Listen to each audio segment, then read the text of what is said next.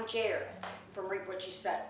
So today I am in my pottery house. I have a lot of glazing I've got to do, and before I can glaze, I have to prep the surfaces to be able to glaze.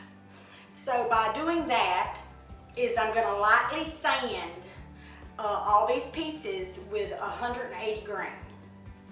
And so I wet the sandpaper when I sand and wet the piece a little bit to keep the dust from flying. That way I don't have any stir up of dust. And also I got me a Dremel tool. It came in not too long ago and I haven't used it yet, but I will be using it today. But before I get started, and check out my spiral mug I made me, and I braided the handle. But before I get started, I wanted to tell you a little bit about why I do pottery. I was in college going for nursing. I am a registered nurse, but due to having dysautonomia and POTS syndrome, and then my asthma so bad that I haven't been able to do nursing in probably 3 years. I haven't nursed in 3 years. I passed out in the patient's room and it just went downhill from there. So I've had a lot of trouble with my heart, high heart rate. I've had sinus node modification. That's the natural pacemaker of the heart. They went in and ablated on the sinus node to try to slow the heart rate down. I had a resting heart rate of 140. And long story short, I had to take an art class when I was in college going for nursing. And so I said, well, I'm just going to take pottery. And I took pottery. In the first class, I absolutely fell in love with it. I remember coming home and telling Todd, I said, Todd, I absolutely love it. How about if I just do pottery and don't go to nursing school? He said, no, we've got too much money invested in this nursing. He said, you're going to nursing school. So I went to nursing school and I continued taking pottery classes. And once I couldn't nurse anymore, I needed something to do, something to where I can stay cool and that I enjoy doing at home, because I can only drive 15 miles a day.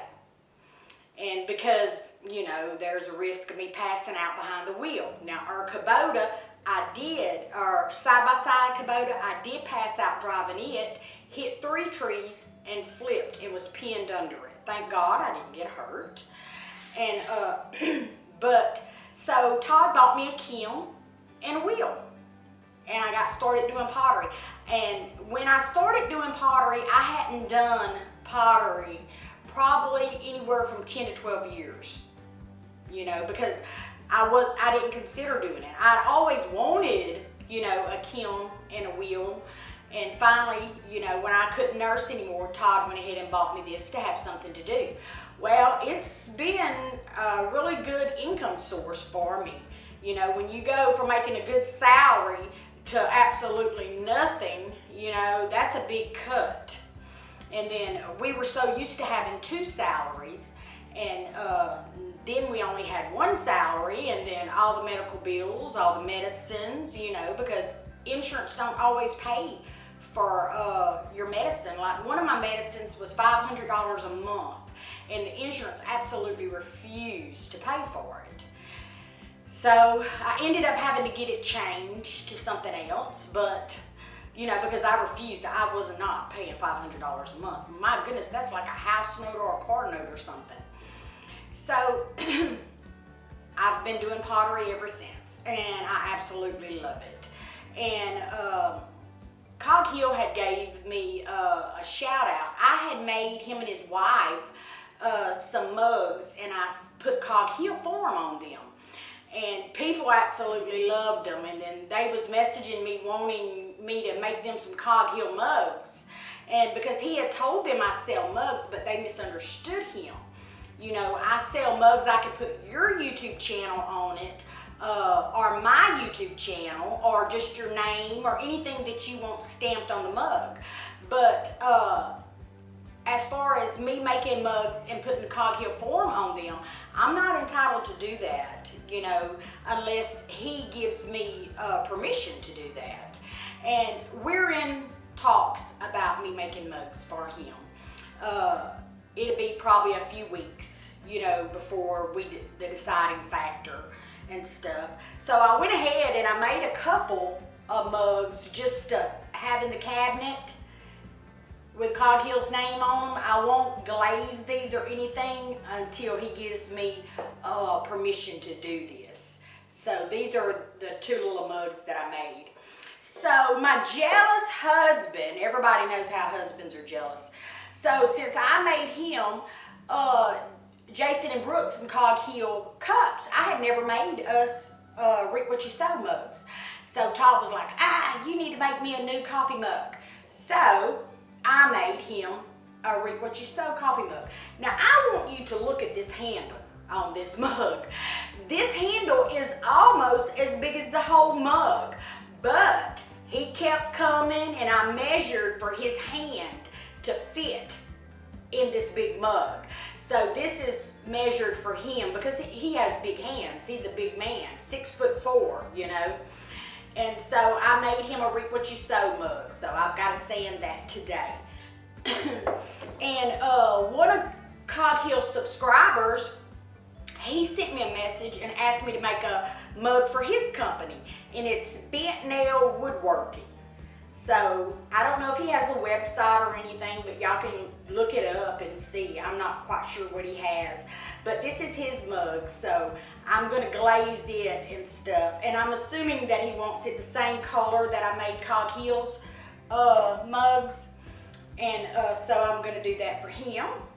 And look at these plates, y'all. I threw 2 plates. I wanted to see how they do, how they hold up in the kiln, you know, and so I only made 2. So I'm gonna go back and be making some more of these plates. And I'm eventually, hopefully, one day I'll have my kitchen all decked out with pottery. And but this right here, y'all, is a special piece to me because my friend, her sister passed away and she asked me to make her an urn.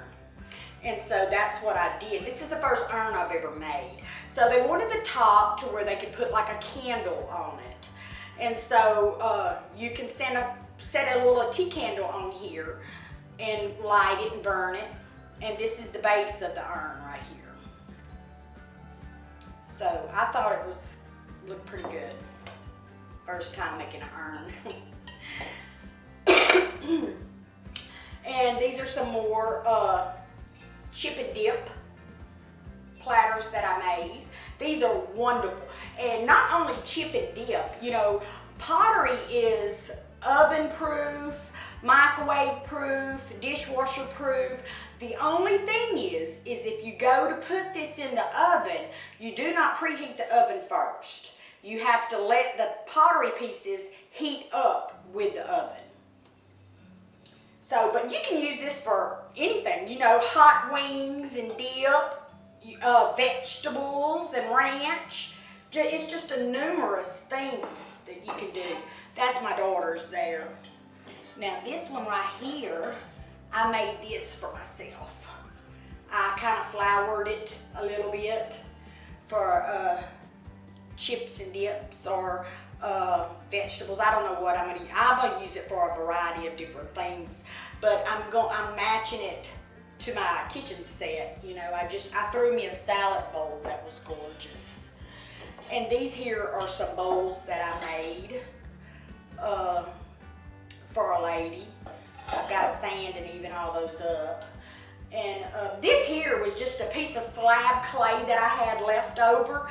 I left it uneven around the edge here, and I stamped it with paw prints and put like little feet on it.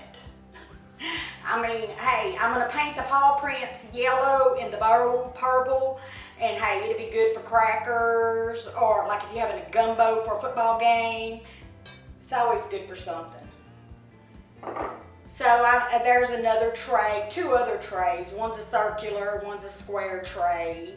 And there's a little dish that I have made for Misha that I'm going to glaze that and stuff.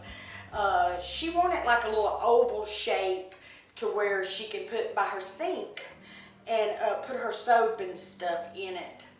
Well, I had never made one of those, so I hope she likes it.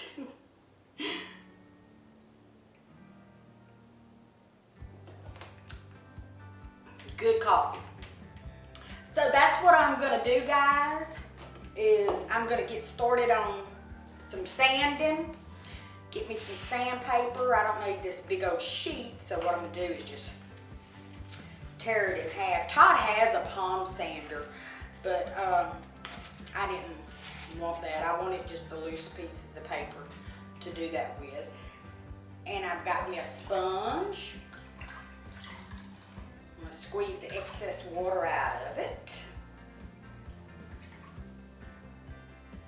And so what I'll do is I'll just wet this down. And then after I get it sanded and smooth, then I'll have to glaze the bottom of each of these pieces to where they don't stick to my camp shell. By sanding it, it puts more like a smooth finish to it. And I know you notice my tables are done. I've got my cement boards on here, and so what I'm waiting on now before I start my hand building classes is my slab roller. It hasn't came in yet, so it was back ordered like for 3 months. I'm like, whew, and it was expensive, that thing. Pottery's expensive to get into. Glazes cost a lot. It's time consuming. You know, if you buy a piece of pottery, don't expect to just get it in a few days, because it doesn't work like that. Because you have to make the piece, then you have to allow that piece to dry, then you have to fire it in the kiln as a bisque fire, and then once it comes out, then you have to lightly sand your pieces and prep them and get the wax resist on the bottoms of the pots. And then you can do the glazing, and then once you do the glazing, then you can fire the glaze fire, and then it'll be packaged and shipped. I finally got set up to where I can print my labels and stuff at home, and the mail lady just picks them up from here to bring them, because it was kind of hard for me, you know, not driving and stuff, to get the pieces to town to mail.